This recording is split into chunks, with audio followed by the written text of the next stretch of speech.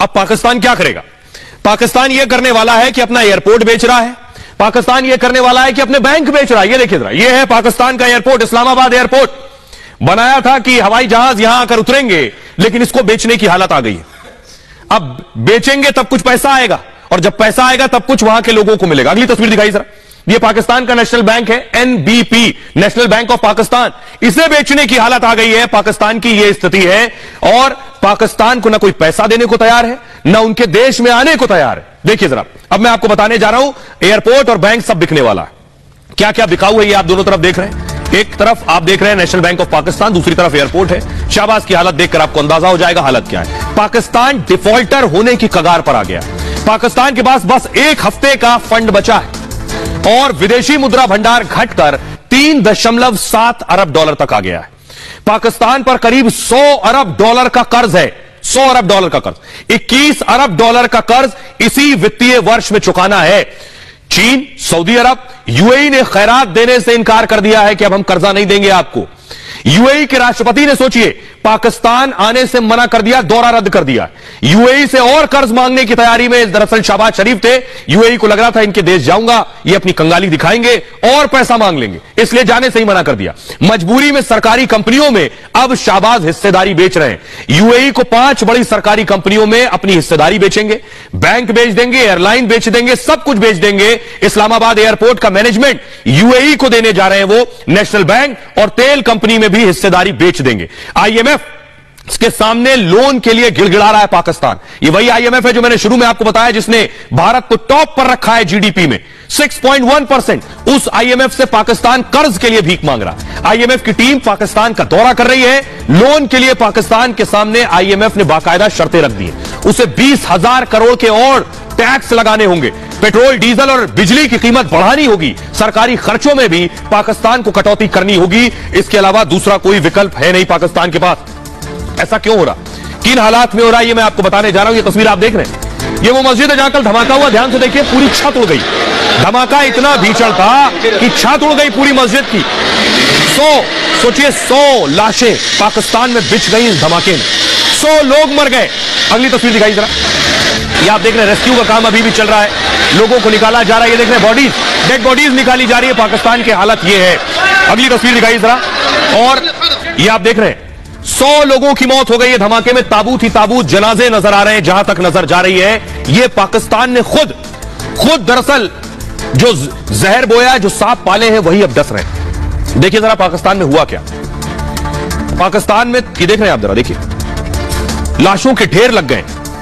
पेशावर में police line की मस्जिद में धमाका हुआ था ये, और टीटीपी के फिदाइन हमले में 100 लोगों की मौत हुई है, 225 लोग घायल हैं इसमें। और टीटीपी कमांडर उमर खालिद खुरासानी की हत्या का बदला लिया है। अगस्त 2022 में खालिद खुरासानी की हत्या हुई थी।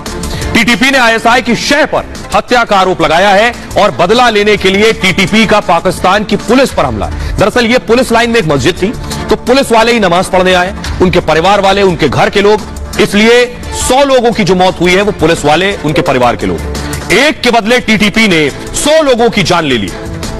आत्मघाती हमलावर का कटा सिर मिला है।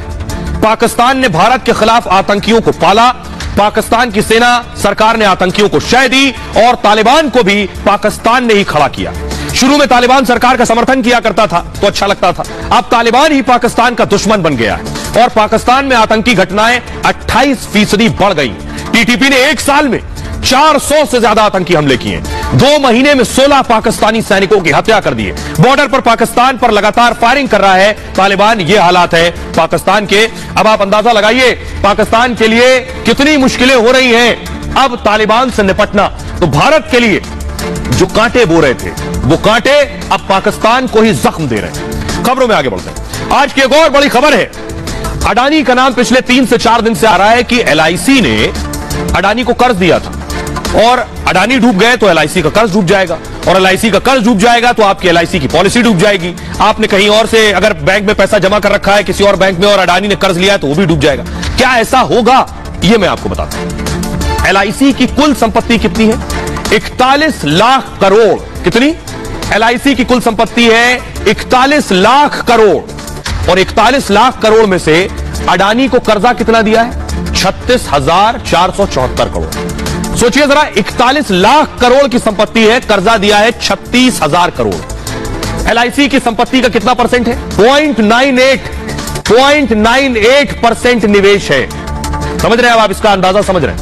एलआईसी के निवेश की जो मार्केट वैल्यू है, यानी जो अडानी को निवेश के तौर पर पैसा दिया है, जो पैसा दिया लगभग 30,000 करोड़ से ज्यादा, वो अभी 56,000 करोड़ रुपए हो चुका है। यानी वो पैसा जो निवेश किया था अडानी में वो ऑलरेडी पहले से ही लगभग दोगुना हो चुका है। अडानी में निवेश से एलआईसी को फायदा हुआ, छप्पर फाड़ फायदा हुआ। विदेशी कंपनियों का भरोसा अडानी पर आज भी कायम है। ये मैं क्यों कह रहा हूं? विदेशी company JP Morgan, bank of America, city credit, standard chartered जैसी कंपनियों ने अडानी ग्रुप में निवेश किया है। और ये जो विदेशी कंपनियां हैं ये ठोक बजाकर रिसर्च और तैयारी के बाद ही निवेश करती हैं। इनके लिए दूसरे के पैसे से ज्यादा अहमियत अपना पैसा रखता है विदेशी कंपनियों के लिए। अडानी को जांच परख कर ही उन्होंने निवेश किया। देसी से ज्यादा विदेशी कंपनियों ने ग्रुप को कर्ज दिया हुआ है। यूएई की कंपनी ने अडानी ग्रुप में निवेश किया। अबू धाबी की कंपनी आईएचसी ने 3,000 अपने सपनों की आशिया को दे एक नई पहचान मां भवानी डेकोर प्राइवेट लिमिटेड के साथ, जो है ऑथराइज्ड डिस्ट्रीब्यूटर ऑफ कजारिया।